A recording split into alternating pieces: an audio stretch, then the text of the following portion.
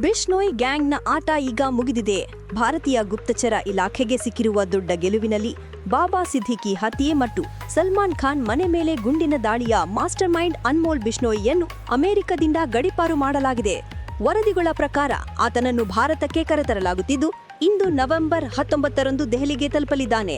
ಅಮೆರಿಕದ ನ್ಯಾಯಾಲಯವು ಆತನ ಆಶ್ರಯ ಅರ್ಜಿಯನ್ನು ತಿರಸ್ಕರಿಸಿದ ನಂತರ ಈ ಕ್ರಮ ಕೈಗೊಳ್ಳಲಾಗಿದೆ.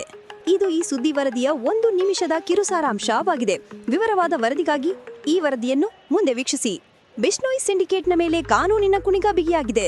ಜೈಲಿನಲ್ಲಿರುವ ಗ್ಯಾಂಗ್ಸ್ಟರ್ ಲಾರೆನ್ಸ್ ಬಿಷ್ಣೋಯ್ಯ ಕಿರಿಯ ಸಹೋದರ ಅನ್ಮೋಲ್ ಬಿಷ್ಣೋಯ್ಯನ್ನು ನವೆಂಬರ್ 18, 2025ರಂದು ಅಮೆರಿಕದಿಂದ ಅಧಿಕೃತವಾಗಿ ತೆಗೆದುಹಾಕಲಾಗಿದೆ ಎಂದು ದಿವ್ಯಾಂಗತ ಬಾಬಾ ಸಿದ್ದಿಕಿ ಅವರ ಪುತ್ರ ಝೀಶನ್ ಸಿದ್ದಿಕಿ ಅವರಿಗೆ ಅಮೆರಿಕದ ಹೋಮ್ ಲ್ಯಾಂಡ್ ಸೆಕ್ಯೂರಿಟಿ ಇಲಾಖೆಯಿಂದ ಬಂದ ಇಮೇಲ್ ಮೂಲಕ ದೃಢಪಟ್ಟಿದೆ.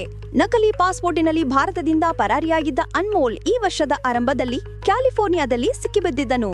ಅಕ್ಟೋಬರ್ 12, 2024ರಂದು ನಡೆದ ಎನ್ಸಿಪಿ ನಾಯಕ ಬಾಬಾ ಸಿದ್ದಿಕಿ ಹತ್ಯೆಯಲ್ಲಿ ಈತ ಪ್ರಮುಖ ಆರೋಪಿ. ಸ್ನ್ಯಾಪ್ಚಾಟ್ ಮೂಲಕ ಶೂಟರ್ಗಳಿಗೆ ಸೂಚನೆ ನೀಡಿದ್ದನು. ಏಪ್ರಿಲ್ 14, 2024ರಂದು ಸಲ್ಮಾನ್ ಖಾನ್ ಅವರ ಗ್ಯಾಲಕ್ಸಿ ಅಪಾರ್ಟ್ಮೆಂಟ್ ಹೊರಗೆ ನಡೆದ ಗುಂಡಿನ ದಾಳಿಯ ಹೊಣೆಯನ್ನು ಈತನೇ ಹೊತ್ತಿದ್ದಾನೆ.